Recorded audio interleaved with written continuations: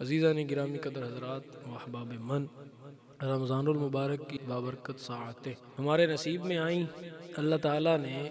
ہم سب کو رمضان المبارک کی برکتیں عطا فرمائی، رحمتیں عطا فرمائی، ہمیں لیلۃ القدر عطا فرمائی اور بے شمار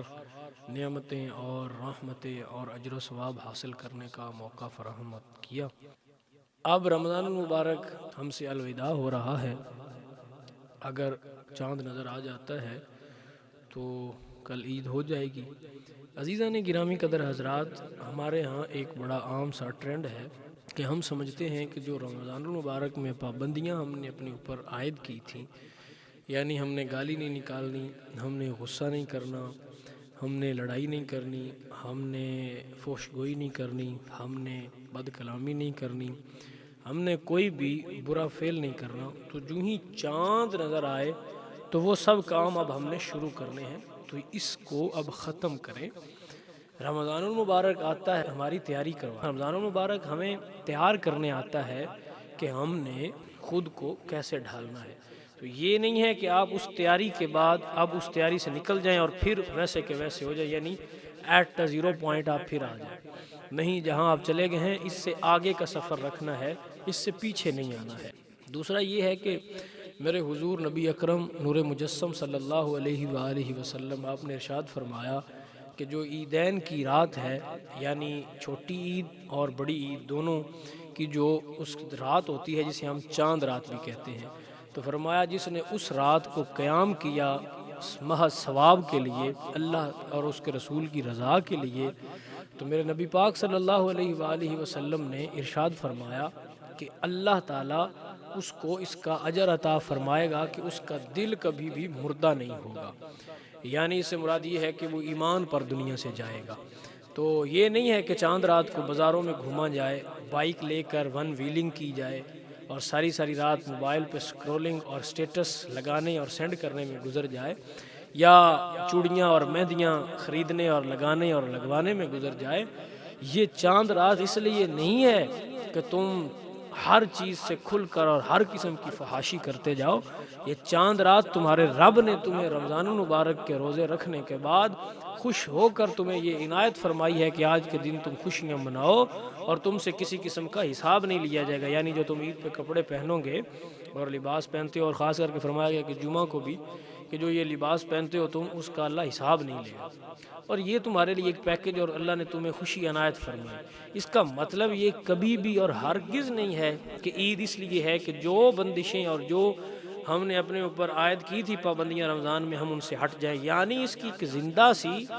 اور سمجھنے کے لیے مثال فقط یہی کافی ہے کہ عید والے دن جیسے ہی چاند نظر آ جائے تو اگلے دن آپ فجر کی نماز کے لیے جب مسجد جائیں گے تو آپ کو پھر وہی 5 6 7 بابے نظر آئیں گے جو رمضان سے پہلے تھے۔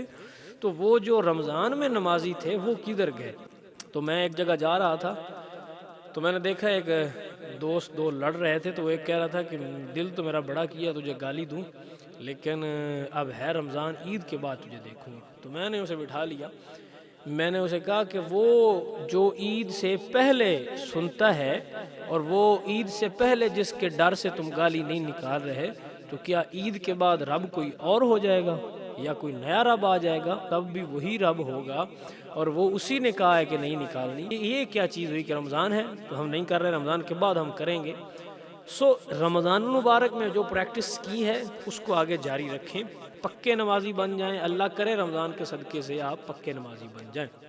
تو چاند رات کو، اور بعض نے یہ بھی فرمایا کہ چاند دیکھنے کے بعد جو چاند رات جو ہے اس کو جس نے رات کو نوافل پڑھے، 2 نوافل پڑھے، بزرگ فرماتے ہیں، اور اس میں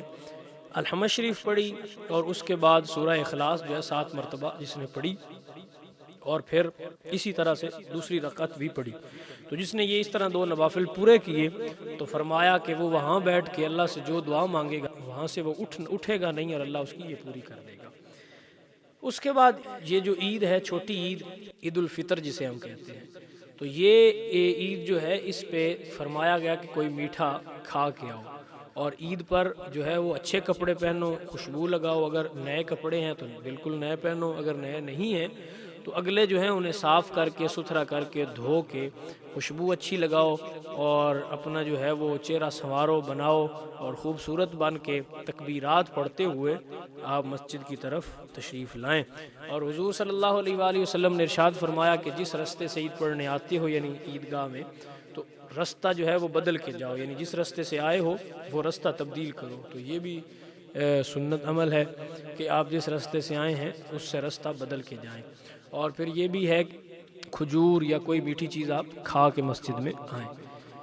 اور اس کے بعد عزیزان گرامی قدر حضرات، عید والے دن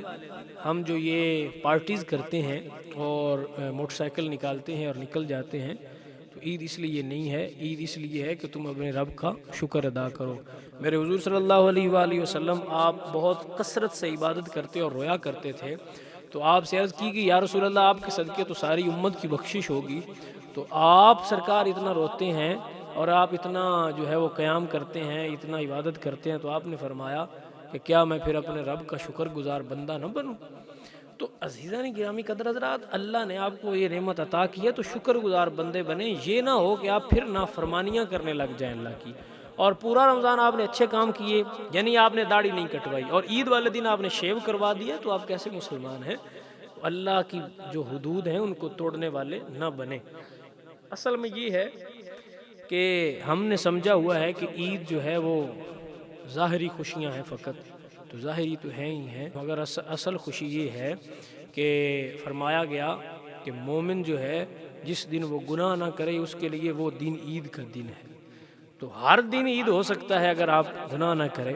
اگر آپ کا رب آپ سے محبت کرتا ہے، آپ توجہ سرکار کی توجہ حاصل کر لیتے ہیں، تو وہ دن آپ کے لیے عید کا دن ہے۔ آپ کو جس دن یاد مدینہ نے رلا دیا وہ دن آپ کے لیے عید کا دن ہے۔ جس دن آپ کی آنکھ نم ہوئی خوف خدا سے وہ عید کا دن ہے آپ کے لیے۔ تو یہ اصل میں عیدیں ہیں کہ تم اپنے رب کے شکر گزار بندے بن جاؤ۔ وہ کوٹ مٹھن کے بازار میں ایک مجذوب بابا جو آتے جاتے سے پوچھتا تھا کہ سائیں عید کداں، تو اس کو کوئی جواب نہیں دیتا تھا، تو خواجہ غلام فرید گزرے تو اس نے کہا سائیں عید کداں، تو آپ نے فرمایا یار ملے جداں۔ تو وہ مجذوب فقیر تڑپنے لگا اور تڑپ کے اس نے کہا سائیں یار ملے کداں، تو فرمایا میں مرے جداں۔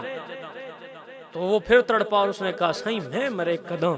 تو آپ نے فرمایا کہ یار چاوے جداں۔ تو جب یار چاہتا ہے پھر اندر صاف ہوتا ہے، میں مر جاتی ہے اور پھر یار مل جاتا ہے، تو وہ عید ہے۔ یہ عید نہیں ہے جو تم عید کی خوشیاں منائی بیٹھے ہو اور فن ویلنگ کرتے ہو اور جناب پارکنگ اور شوز اور میوزیکل جو شوز ہوتے ہیں ان میں جاتے ہو اور تم ٹی ویاں اور فلمیں دیکھنے کے پلان بناتے ہو۔ کاش تم یہ پلان بناؤ کہ عید والے دن ہم نے اتنی رکعت نفل پڑھنے ہیں۔ ہمارے اسلاف میں ایک بزرگ گزرے ہیں، ان کے بارے میں بڑا معروف ہے یہ واقعہ کہ آپ سارا رمضان بلکہ آپ کثرت سے ہی اچھی غذا نہیں کھاتے تھے، نارمل غذا جو ہوتی ہے بس گزارے کے لیے وہ کھاتے۔ تو عید والے دن آپ کو خادمین نے عرض کی کہ حضرت اگر آپ چاہیں تو عید والے دن ہم چاہتے ہیں، ہمارا دل ہے کہ آپ کے لیے کوئی اچھی اور لذیذ غذا جو ہے وہ بنائی جائے۔ تو آپ فرمانے لگے کہ ٹھیک ہے، میں اپنے نفس سے بات کرتا ہوں، اگر تو چاند رات کو ساری رات جو ہے اس کو یہ میرے ساتھ میں اس کے کرتا ہوں کہ قیام کریں گے، تو اگر اس نے میرے ساتھ یعنی صحیح کیا معاملہ، یعنی جس نے تھکاوٹ کے آثار ظاہر نہ کیے یا جیسے بندے کو جمائیاں آنے لگتی ہیں تو وہ والا معاملہ نہ کیا، تو یہ اس طرح کا نہ معاملہ کرتا رہا بلکہ صحیح رہا، تو پھر اس کو کھلائیں گے۔ اور اگر اس نے ایسا کیا کہ ابھی سارا رمضان تو کیے، اب عید والے رات بھی ہم عبادت ہی کریں گے، یہ کریں گے، تو پھر فرمایا اس کو لذیذ غذا نہیں ملے گی، تو نہیں کھاؤں گا میں۔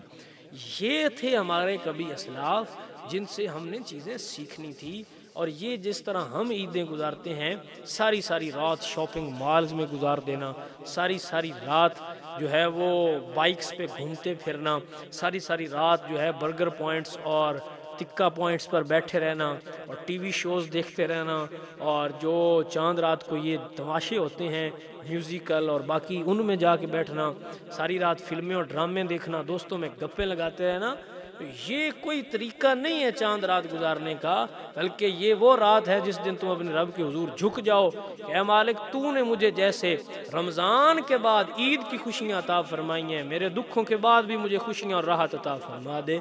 جیسے تو نے رمضان کی بھوک اور پیاس کے بعد مجھے عید پہ اچھے کھانے کے لیے خوشی عطا فرمائی ہے اور میرے لیے یہ عید کا دن قرار دیا ہے، اسی طرح میرے دکھوں کو اور میرے گناہوں کو مٹا کر مجھے اپنی بارگاہ میں جھکنے کی توفیق بھی دے اور یہ خوشی بھی مجھے عطا فرما۔ یہی اصل طریقہ ہے، یہ اصل بات ہے۔ ہمیں بھی چاہیے کہ ہم اپنی عید کو یوں گزاریں جیسے حضور کے صحابہ گزارا کرتے تھے، جیسے ہمارے سلف صالحین گزارا کرتے تھے۔ تو جس طرح آپ نمازیں پڑھتے ہیں ویسے ہی پڑھتے آئیں، جس طرح آپ پہلے اللہ کی بارگاہ میں جھکتے تھے تو ویسے ہی مسجدوں کی رونقیں بحال رکھیں۔ فرمایا گیا جس نے اللہ کے گھر کو آباد کیا اللہ اس کے گھر کو آباد کر دے گا، اور جس نے مسجد کی صفائی کی تو اللہ اس کے دل کو صاف کر دے گا۔ تو اللہ کے گھر کے ساتھ اپنی اٹیچمنٹ پوری رکھیں، یہ محبت اور یہ انس جو آپ کو مسجد کے ساتھ رمضان میں تھا اس کو رمضان کے بعد بھی جاری رکھیں۔ تو اللہ تعالی ہم سب کو عمل کی توفیق عطا فرمائے۔ وآخر دعوانا الحمدللہ رب العالمین۔